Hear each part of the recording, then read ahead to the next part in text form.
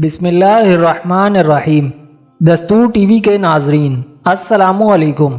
ناظرین، آج ہم آپ کو ایک ایسے فرانسیسی یہودی لڑکے کے بارے میں بتائیں گے جس نے کم و بیش 6000 لوگوں کو مسلمان کیا، اور اس کے اوپر فرانس میں ایک فلم بھی بن چکی ہے۔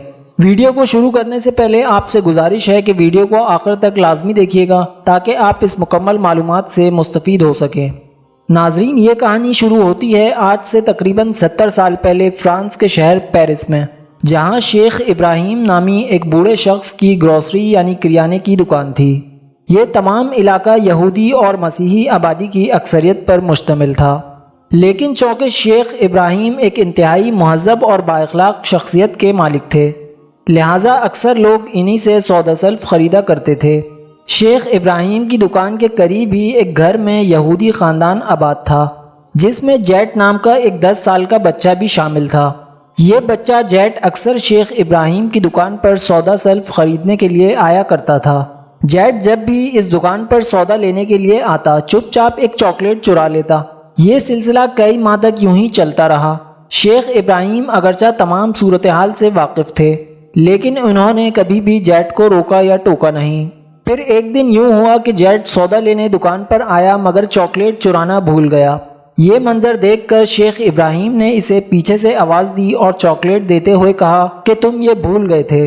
جب جیٹ پر یہ راز کھلا کہ شیخ ابراہیم اس کی روزمرہ کی جانے والی چوریوں سے واقف ہیں، تو جیٹ یہ صورتحال دیکھ کر ڈر گیا اور شیخ ابراہیم سے معافیاں طلب کرنے لگا۔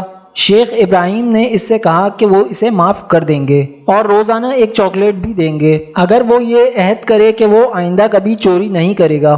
جیٹ نے آئندہ کبھی چوری نہ کرنے کا وعدہ کیا اور شیخ ابراہیم کا شکریہ ادا کر کے وہاں سے چلا گیا۔ اب تو یہ روز کا معمول بن گیا کہ جب بھی جیٹ شیخ ابراہیم کی دکان پر آتا، وہ اسے ایک چاکلیٹ تھما دیتے، اس سے باتیں کرتے اور اس کا حال احوال دریافت کرتے۔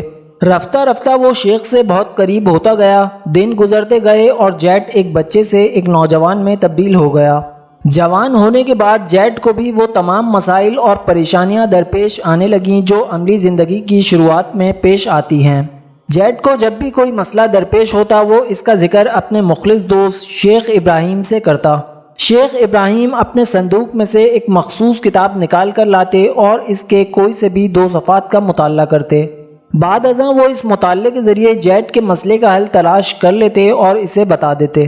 جیٹ یہ ماجرا دیکھ کر بہت حیران ہوتا کہ آخر شیخ ابراہیم کے پاس یہ کون سی کتاب ہے جس میں اس کے تمام مسائل کا حل موجود ہے، لیکن پھر اسے وقت کی کمی کہیں یا جیٹ کی لاپرواہی، وہ کبھی شیخ ابراہیم سے اس کتاب کی حقیقت دریافت نہیں کر سکا۔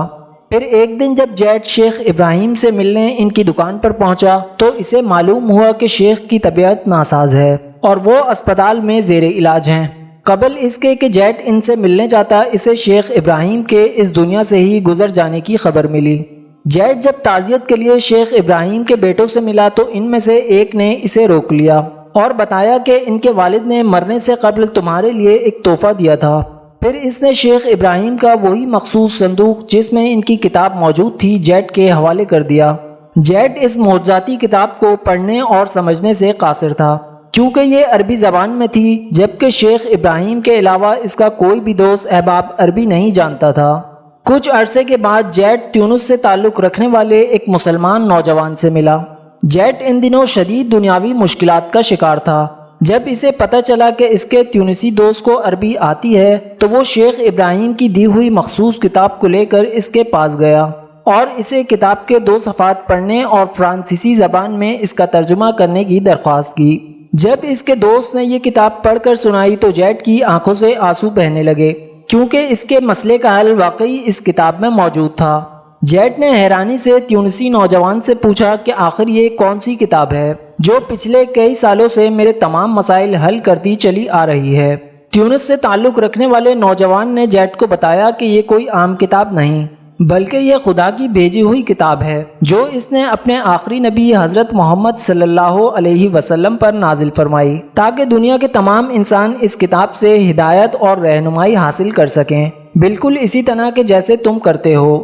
جیٹ یہ سن کر رونے لگا۔ وہ قرآن مجید اور نبی اکرم صلی اللہ علیہ وسلم کی اندیکھی محبت میں گرفتار ہو چکا تھا۔ لہٰذا اب اس نے تیونسی نوجوان سے اپنی خواہش کا اظہار کیا کہ وہ بھی مسلمان ہونا چاہتا ہے۔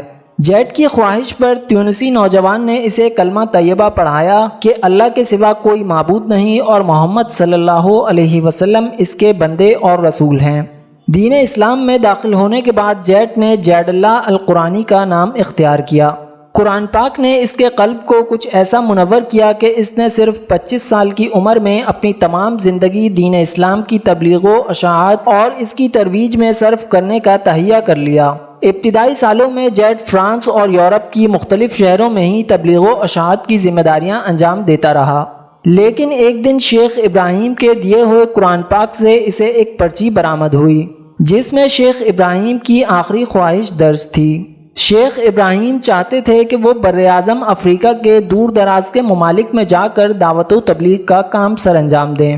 جیڈ اللہ القرانی نے اپنے محسن کی آخری خواہش کو پائے تکمیل تک پہنچانے کے لیے افریقہ کا سفر طے کیا اور اپنی عمر کے آخری ایام تک افریقہ کی مسیحی اور بیگن مذاہب سے تعلق رکھنے والے افراد تک دین اسلام کا پیغام پہنچایا۔ جیڈ اللہ القرانی کا انتقال سن 2003 میں صرف 53 برس کی عمر میں ہوا۔ وہ افریقہ میں پھیلی ایک وبا کی لپیٹ میں آ گئے تھے، تاہم وہ اپنا مقصد حاصل کرنے میں بڑی حد تک کامیاب رہے۔ سرکاری اعداد و شمار کے مطابق انہوں نے افریقہ کے کل 6000 لوگوں کو دائرہ اسلام میں داخل کیا، جبکہ حقیقت میں یہ تعداد کہیں زیادہ ہے۔